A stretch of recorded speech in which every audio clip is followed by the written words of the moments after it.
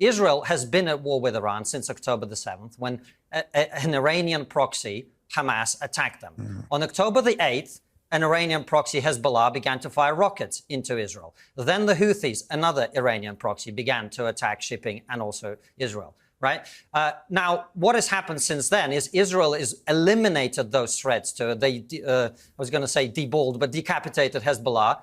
They dealt with the threat of Hamas, and they are now in a position to deal with the threat they've always been concerned about. Now, why is Israel so concerned about this? Well, first of all, Iran has been saying for a very long time, they don't want regime change in Israel. They want the state of Israel not to exist. Now, think about the fact that in the post-October 7 world, they cannot take the risk that they're only enriching uranium to 60% because they want to threaten to have nuclear weapons. That is not something they can do. And by the way, Piers, there's something that people don't seem to understand about. You know, we struggle in the West. I really do think we all struggle in the West to understand the fundamentalist mindset. And let me give you an example of what the regime in Iran is like so that we can all understand what the threat here is.